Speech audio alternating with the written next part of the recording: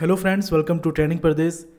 दोस्तों, पिछले कुछ समय से ये देखा जा रहा है कि झारखंड में जो भी वैकेंसीज हैं ये कॉन्ट्रैक्ट बेसिस पर निकाला जाता है और साथ ही साथ इसमें एक्सपीरियंस भी मांगा जाता है। सीट्स भी काफ़ी कम होते हैं।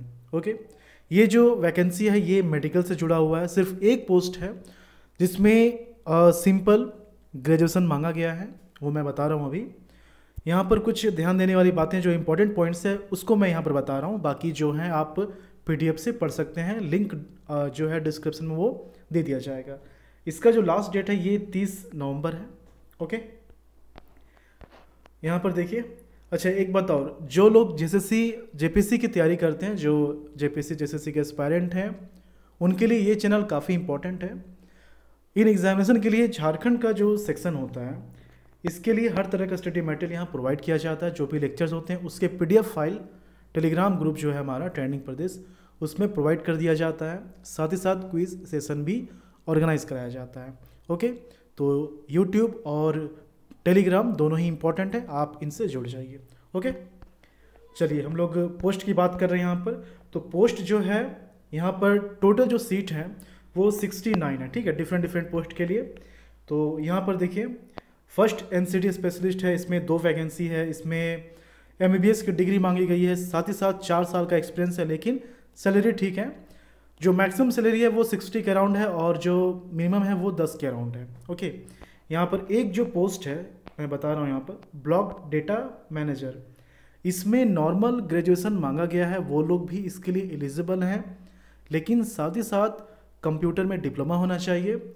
उसके बाद एक्सपीरियंस तो हर पोस्ट में है, एक्सपीरियंस 2 साल का कम से कम होना चाहिए। ओके, सिर्फ 2 सीट है और सैलरी जो है वो 8,000 है। और ये आप ध्यान दीजिए कि जो कॉन्ट्रैक्ट है वो 1 साल का है, मात्र 1 साल का। ओके, अभी जो वैकेंसीज है वो इसी तरह के ही निकल रही हैं, 1 साल, 2 साल, मैक्सिमम 3 साल। ओके, एवरेज 1 साल ही है। अब यहाँ पर जो पॉइंट्स हैं, सीट्स आप देख लीजिएगा। यहाँ पर टोटल 9 पोस्ट हैं और 69 सीट्स होते हैं इन सभी 9 पोस्ट की। यहाँ पर देखिए, जो भी कैटेगरीज हैं, जनरल, ओबीसी, फीमेल या फिर एसटी एससी, तो सभी के लिए मैक्सिमम एज जो है ये एक ही है, 67 सभी के लिए। कैटेगरी वाइज इसमें रिलैक्सेशन नहीं दिया हुआ है। ओके, और जो मिनिमम है ये 21 है। ठीक है, अब देखिए, अच्छा ये जो मैंने कहा 67, ये इन पोस्ट्स के लिए है। ठीक है, ये जो पोस्ट है इसके लिए ANM, JNM, staff nurse, pharmacist, block data manager, nutrition counsellors, ये जो हैं इसके लिए मैक्सिमम एज ये वैरी कर रहा है कैटेगरी वाइज। जैसे कि जनरल के लिए 35 है, ओबीसी के लिए 2 साल का छूट मिला हुआ है, फीमेल जो है उनके लिए 3 साल का और रिलैक्सेशन दिया हुआ है, एससी एसटी जो है उनके लिए 5 साल का रिलैक्सेशन मिला हुआ है। ठीक है, तो इस तरह से ये डिफरेंट कैटेगरी वाइज इसका वेरिएशन हो रहा है। ओके, और ये जो पोस्ट है इसके लिए सभी कैटेगरी के लिए 67 ईयर्स मैक्सिमम एज है और मिनिमम तो खैर 21 ही है सभी के लिए। ओके, अब यहाँ पर कुछ पॉइंट्स को आप ध्यान से देख लीजिए। आप ये जो पोस्ट देख रहे हैं, टोटल 9 पोस्ट हैं। तो अगर आप सपोज एक पोस्ट से ज़्यादा के लिए अगर आप एलिजिबल हैं, आप अप्लाई करना चाहते हैं, तो हर पोस्ट के लिए अलग अलग फॉर्म अप्लाई करना होगा। ये ध्यान देने वाली बात है। ओके, यहाँ पर आप कुछ पॉइंट्स को देख लीजिए कि ये जो है पूरी तरह से कॉन्ट्रैक्ट बेसिस पर है। ओके, यहाँ पर इस पॉइंट को देखिए, 3rd पॉइंट को। ठीक है, उसके बाद क्या है कि आपका जो भी मार्कशीट है, अगर आपका मार्कशीट सीजीपीए में है, तो सीजीपीए टू परसेंटेज का कन्वर्सन सर्टिफिकेट आपके पास होना चाहिए। अभी क्या होता है कि जो मार्कशीट होता है वहीं पर मेंशन कर दिया जाता है कि आपका कन्वर्सन रेट क्या है। लगभग सभी का 10 होता है, जितना सीजीपीए है उसको 10 से मल्टीप्लाई करने पर वो परसेंट में कन्वर्ट हो जाता है। ठीक है, तो वो मेंशन होना चाहिए या फिर अलग से सर्टिफिकेट आपको प्रोवाइड करना पड़ेगा। ओके, और ये जो सिलेक्शन है, सबसे इंपॉर्टेंट सिलेक्शन जो है ये पूरी तरह से आपके मार्क्स पर डिपेंड करेगा। आपका जैसा मार्क्स है उसी के अकॉर्डिंग मेरिट लिस्ट बनाया जाएगा।